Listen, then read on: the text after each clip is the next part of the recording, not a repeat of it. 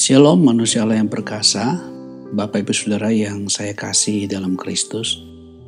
Kita berjumpa kembali dalam suara iman, suara firman, dengan topik mengenal Tuhan bagian yang ketiga. Sebelumnya mari kita berdoa supaya Roh Kudus memimpin dan mencerahi pikiran pengertian kita. Mari kita berdoa.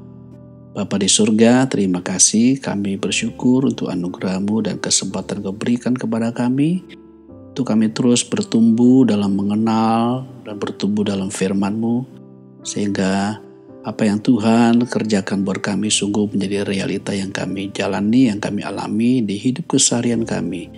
Dengan demikian, kehendak-Mu digenapi dalam hidup kami. Kami berdoa bersyukur, Roh Kudus menolong setiap kami supaya firman-Mu yang kami dengar, kami mengerti, menjadi milik kami dan menguasai kami. Dalam nama Tuhan Yesus Kristus, kami bersyukur dan berdoa. Amin. Bapak Ibu Saudaraku dikasih Tuhan, di edisi sebelumnya kita berbicara tentang mengenal Tuhan secara pemahaman. Tapi di edisi yang ketiga ini kita berbicara mengenal Tuhan secara praktis, item per item. Supaya dengan demikian kita betul-betul memiliki sebuah pengenalan yang membawa kita mengalami apa yang Tuhan firmankan. Jadi sekali lagi saya ulangi lagi, mengenal di sini tidak hanya sekedar mengenal di permukaan, tapi memiliki sebuah hubungan yang hidup dengan pribadi yang kita kenal, yaitu Tuhan itu sendiri. Bahkan lebih dari itu, pribadi yang kita kenal itu yang bersedia membuka diri dan memberikan dirinya menjadi diri kita. Itu tujuan yang paling penting, yang paling prinsip yang harus kita miliki di dalam mengenal akan Tuhan. Baik, saya mulai dengan item yang pertama, Bapak Ibu Saudaraku, yang saya ambil dari 2 Korintus pasal 5 ayat 17 yang berbunyi demikian. Jadi siapa yang ada di dalam Kristus, ia adalah ciptaan baru. Yang lama sudah berlalu, sesungguhnya yang baru sudah datang. Bapak Ibu Saudaraku, manusia yang perkasa, ayat ini adalah sebuah ayat yang sangat luar biasa untuk membangun kita dalam pengenalan akan Tuhan, memiliki sebuah hubungan yang hidup dengan Allah. Ayat ini tidak berisi sebuah perintah yang harus kita lakukan, tetapi adalah sebuah pernyataan fakta tentang setiap kita, setiap orang yang ada di dalam Kristus. Yang mengatakan bahwa kalau kita ada dalam Kristus, maka kita adalah ciptaan baru, atau tepatnya kita adalah makhluk yang baru. Yang lama sudah berlalu, yaitu warisan Adam dari kejatuhan Adam yang pertama, tidak ada satupun yang disisakan, semuanya telah berlalu. Dalam bahasa Inggrisnya yang mengatakan, behold, lihatlah, yang baru sudah datang. Lihatlah, sesungguhnya yang baru telah ada. Sesungguhnya yang baru sudah datang. Para kekasih Kristus, ini sebuah fakta yang harus kita taruh dan simpan dalam hati kita. Sebab mengenal Tuhan artinya memiliki pernyataan-pernyataan Tuhan, perbuatan-perbuatan Tuhan yang disampaikan kepada kita dalam firman-Nya. Dengan memiliki pikiran Tuhan, memiliki isi hati Tuhan yang adalah firman-Nya itu, menjadi isi hati kita, isi pikiran kita, bahkan menjadi batinnya kita, menjadi jiwa kita. Inilah yang membuat kita betul-betul yang disebut mengenal Tuhan, memiliki sebuah hubungan yang real dengan Dia. Tanpanya Bapak Ibu Saudaraku dikasih Tuhan, maka kita tidak mungkin bisa memiliki sebuah hubungan dengan Tuhan. Kenapa? Karena yang dipikirkan selalu adalah warisan yang lama. Tentang kelemahan kejatuhan yang diwariskan Adam pertama. Tapi kalau kita ingin memiliki sebuah pengenalan yang mendalam dengan Allah, kita harus memiliki materi dari Allah. Materi Allah itu adalah firman-Nya yang akan membangun manusia roh kita, membangun pengertian pemahaman kita, bahkan membangun menjadi keberadaan diri kita. Sehingga kita menjadi sebagaimana apa yang telah Tuhan firmankan. Dalam konteks 2 Korintus 5:17 ini jelas Tuhan mengatakan kita yang ada dalam Kristus adalah ciptaan baru, makhluk yang baru. Yang lama telah berlalu, sekarang kita adalah yang baru. Ayat 18 mengatakan, dan semuanya ini dari Allah. Semuanya ini dari Allah. Yaitu yang baru, yang tadi itu dari Allah, bukan dari manusia.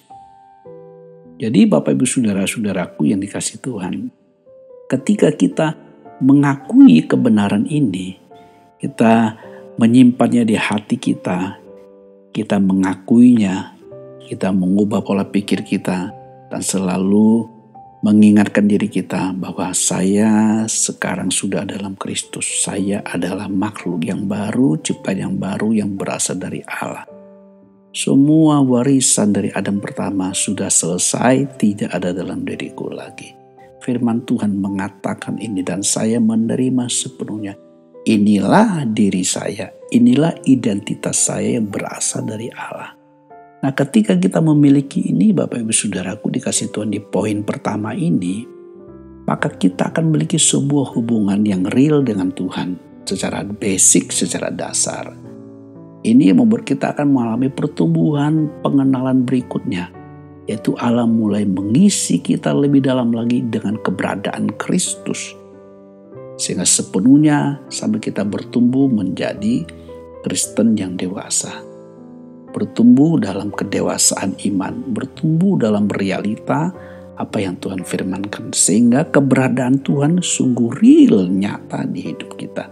Dan kita di bawah penguasaan firman dan rohnya. Sebab dengan memiliki firman yang berasal dari Tuhan inilah, maka Roh Kudus mendapati diri kita kondusif untuk membawa kita mewujud nyatakan, membuat terjadi apa yang difirmankan menjadi realita pengalaman yang kita jalani, bahkan menjadi karakter dan gaya hidup kita. Terpujilah Tuhan yang melakukan perkara yang sungguh luar biasa. Dia tidak mengatakan supaya kita berusaha menjadi ciptaan baru. Dia memberi sebuah pernyataan tegas bahwa kita yang ada di dalam Kristus, kita adalah ciptaan baru, makhluk yang baru yang sepenuhnya berasal dari Allah. Tentu untuk sebuah pribadi ciptaan baru yang memiliki hubungan yang tidak lagi kontradiksi dengan Allah, tapi adalah sebuah hubungan yang betul-betul berkenan dan diterima oleh Allah. Karena itu semuanya berasal dari Allah. Jadi Bapak Ibu Saudaraku, pengenalan yang demikian inilah yang harus kita miliki.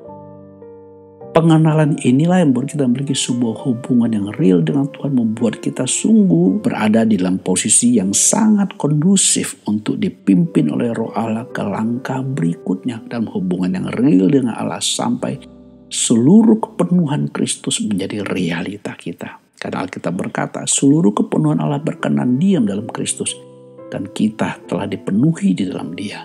Itu di Kolose pasal 2 ayat 9 dan 10. Bapak Ibu Saudaraku dikasih Tuhan, milikilah firman ini. Milikilah firman yang secara detil diberitahu kepada kita tentang apa yang telah Tuhan Yesus perbuat bagi kita. Inilah yang membuat kita memiliki kualitas pengenalan, hubungan yang real dengan Tuhan. Hubungan yang sungguh-sungguh hidup, membuat penguasaan Tuhan atas kita. Sekali lagi, apalah artinya mengenal Tuhan kalau bukan pribadi Tuhan yang mengendalikan diri kita? Sebab tujuan mengenal Tuhan adalah bukan saja kita tahu tentang siapa Tuhan, tapi kita sungguh memiliki apa yang Tuhan berikan kepada kita, sehingga Tuhan menjadi penguasa, bermenguasai kita sepenuhnya, menjadi diri dan hidup dan karakter kita. Pengenalan inilah yang sungguh membuat kita memuliakan nama Tuhan. Terpujilah nama Tuhan Yesus. Bapak Ibu Saudaraku, pegang teguh firman Tuhan ini. Dan pertemuan berikutnya kita akan membahas hal-hal mendetail yang akan kita bicarakan. Mari kita bersatu dalam doa. Bapa, terima kasih untuk kebenaran-Mu. Untuk bahwa kami selangkah demi selangkah bertumbuh dalam mengenal-Mu, memiliki hubungan yang real dengan-Mu. Lebih dari itu, memiliki sebuah hubungan yang di bawah penguasaan, bahkan diri-Mu sepenuhnya menjadi jiwa kami, menjadi perasaan isi dan kehendak hati kami. Terima kasih Bapa, berkati semua umat-Mu, anak-Mu yang mendengarkan suara firman, suara iman ini. Dalam nama Tuhan Yesus Kristus. Amin.